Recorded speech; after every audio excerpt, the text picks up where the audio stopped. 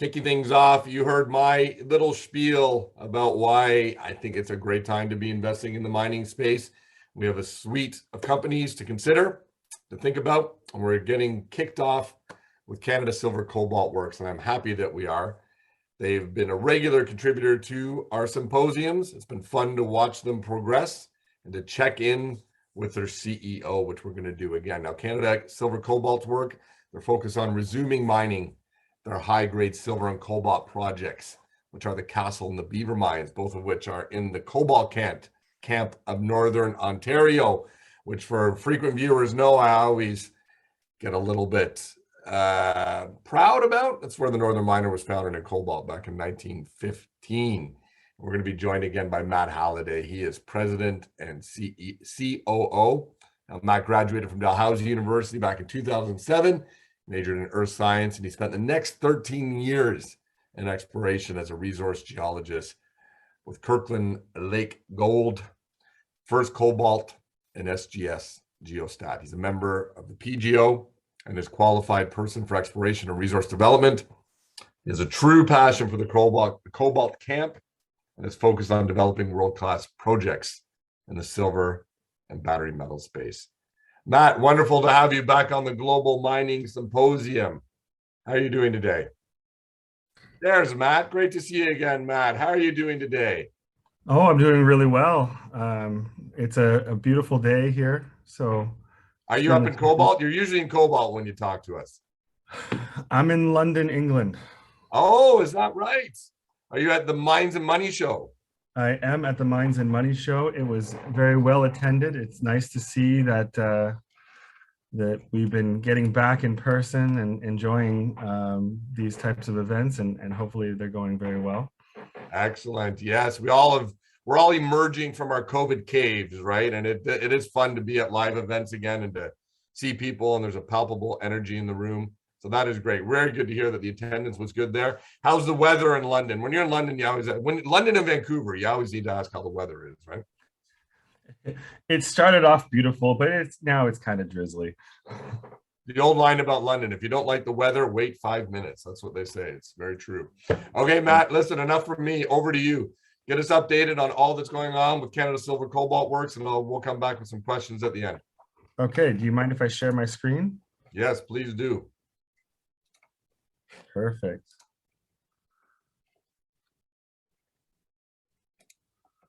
So, well, as everyone knows, we have our high-grade silver deposit in Gauganda, Ontario, part of the cobalt mining camp, and it is going very well.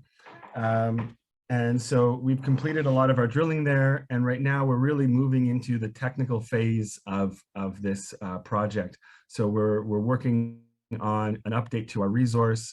We're working on getting some metallurgical testing going on. We're working on our environmental baseline study.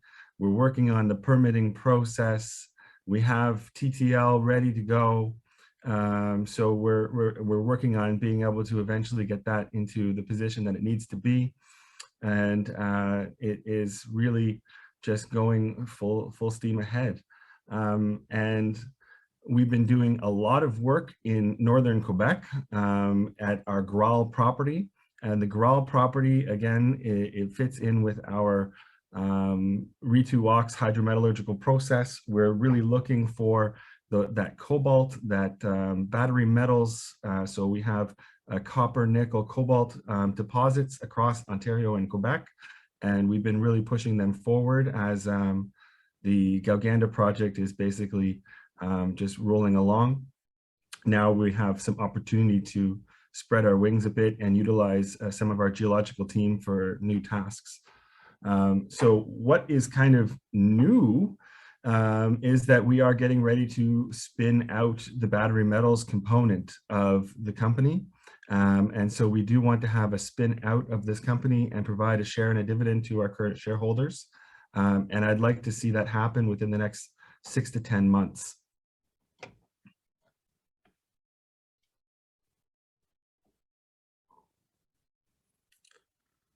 So when it comes down to the what we have going on now on the ground. As I mentioned, we have that resource update coming out. We're doing the environmental baseline study. We're trying to set the stage up in Gauganda to get ready for this ramp. We're in the permitting phase. I'd like to see a PEA come out at the end of the year or early next year, and just accelerate this project forward. And it is all going pretty good right now. And I'm very happy to report that things are going smoothly there.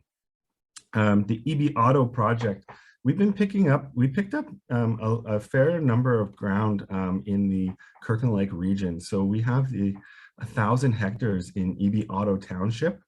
And we picked this up from some notable prospectors. There's a group of about 5 prospectors in total. And we really want to get the feet on the ground and start doing that early exploration now. So as we have sunny weather up in Kirkland Lake area, springtime is here, summer is around the corner. We have just completed a drone survey over the EB Auto project. We're starting to compile that. We have historic information that we've been compiling. The prospectors have found some veins at surface. Some of these are multi-generational veins. There's been a couple of small gold kicks in there, but what I really believe here is that we have an excellent opportunity with the EB Auto fault splay coming off the Cadillac larder, running through the property. There's been this historic alteration zone that kind of mirrors a little bit of the EB Auto fault splay, but it's slightly a different path as well, but they do overlap for a large part of the property.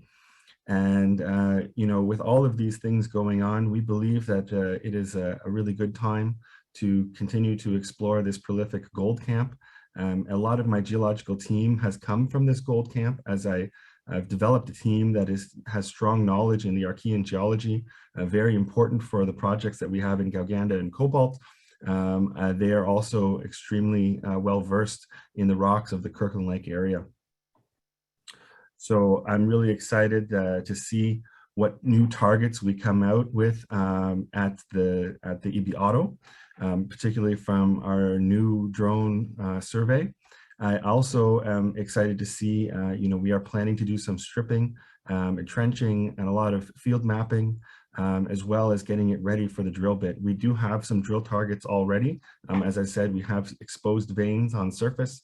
And so we will start off with some good field mapping and trenching, or stripping and channel sampling. And then we'll get some drill bits into the ground there. I'd like to talk a bit about the Grawl property and some of the other properties we have in Quebec. So we have 14 properties across Quebec, just over 31,000 hectares. And when we were looking for this, this kind of stems back to some of our talks that we had with Sumitomo Metals. They indicated that nickel will become more important in the battery chemistries to come. We've already seen this. So we've picked up a lot of cobalt nickel projects across Ontario and Quebec. And we've been whittling them down to understand what is our best and highest priority targets. From some of the airborne that we conducted early 2021, we identified the Grawl as one of our leading targets. I'd also like to mention the Launi Lac Edouard area. We have recently the ground to the west of our Lac Edouard exposure to one of these big boogie anomalies is been picked up by Rio Tinto. We have, I think, Brunswick mine to the south. And they've been flying VTEM right now. So we're really excited to see what's happening on the grounds at Lac Edouard. We'd like to get some boots on the ground there and make sure that we have a lot of high value projects in Quebec and that we've claim staked the right places. We believe we have the heart of some pretty good anomalies. This is the Grawl. So we have drilled the Grawl basically late autumn to early this year. We're going back to the Grawl now. We've been hitting massive sulfides very consistently at the Grawl. They're fairly shallow. This is a pure type massive sulfide at the drill. It contains copper, nickel, cobalt, plus or minus some platinum, palladium. So, very interesting land package that we've secured here at the Grawl. We did, again, claim stake most of it. We did a couple of option agreements here to consolidate the package. We have our own fresh discovery. It's this star on the map. That is based off of our early geophysics. We have this big red line here, which is a 6-kilometer EM conductor, and it has historic drilling with a historic potential target. And so we're really excited about this potential target. We've been reconfirming the drilling and we've been hitting massive sulfides. I think what is really new to what has been happening here at the Grawl is that after we've completed our last drill program, we've gone back down now with a new fixed loop time domain EM survey, and we've identified this 1,700 meter long by 850 meter wide high conductance anomaly. So we're really excited about the work that has come out of that most recent survey. And we can see that the deposit is dipping to the west and it's getting stronger with a higher anomalous readings down dip. And so we're basically getting ourselves ready to continue to explore at the Grawl. We think that we can hit even better mineralization, maybe thicker mineralization as we continue to step towards the guts of this deposit. So the Grawl has been showing a lot of promise, and we've been conducting the right steps to accelerate it forward. And lastly, I'd just like to mention, we are really intending to basically continue to explore the cobalt mining camp. We believe in these silver cobalt deposits. My goal is to basically develop a hub and spoke type system where we can onboard many of these deposits in sequence. The next deposit that I'm really looking for is the Castle Mine. I'd like to resume exploration at the Castle Mine and continue to find new resource there. I'd like to continue to expand the Castle East and like to find additional resources there. And I'd like to continue to explore the regional area to find more of these silver deposits. I think that we've built the team to find them. And I think it ties in with the vision that, we want to, get the Re2Ox process up and running, and not only being a primary silver producer, but producing those value-added products for the EV market, cobalt sulfate, nickel sulfate, and copper sulfate, and as well as continuing to investigate the opportunities to produce rubidium salts for sodium-ion batteries. Thank you very much. All right, Matt, thank you very much. And thank you for tuning in all the way from London. So yeah, lots to unpack there. You guys like to keep a full slate for yourselves. I guess let's start with the battery metal spin out. Give us some more on that. So you're expecting about 10 months. Do you have a name for the company at this point? Give us a little more around the strategy there and execution, what that's going to look like. Yeah, so we would like to call it Koniagis Battery Metals. Koniagis is a tribute to one of the very first mines in the town of Cobalt. We don't have that mine, but it's just a tribute name. We do have a lot of pride in our roots from Cobalt Town. We will need to do some technical reporting on the Grawl to make sure that we have the proper property of merit. And of course, we need to assess the value of the entities that we want to put into the spin out. Okay. How are you guys managing now? You got a little bit more geographical spread than you did when you first were coming on our symposiums, being in Quebec now and in Cobalt Camp. How are you managing that? Do you have a dedicated team right in Quebec, or how does that working for you? Yeah, absolutely. So we have right now, we have Gold Mines Geoservices is being overlooking a lot of our Quebec exploration in conjunction with my team, as well as we have Laurentia Geoservices on the ground, or Laurentia Exploration, doing some of the drill management. As my team is freeing up, Potentially, we will also be getting more into the exploration in Quebec as well. Okay, good stuff. Now you've been quite aggressive with the drilling program at Castle East. I think you guys have done north of 60,000 meters. So what's your thinking there? What are your next steps? Are you going to keep the drills turning there? Not in the short term. In the short term, I really want to see, us moving towards a PEA and making sure that we're on track with the permitting. I'd like to continue the work that we're doing with gold mines, not gold mines, sorry, gold spot. Gold spot discoveries should be starting up a regional campaign to find new targets for us. I'd love to see what comes out of that. And then hopefully when we get back to Gauganda, we can be quite efficient and we have good base knowledge to conduct the next phase of exploration even more efficiently than we've been doing so far. Okay. Now you mentioned that TTL facility where you're going to be extracting silver. What kind of capacity are you guys planning for that?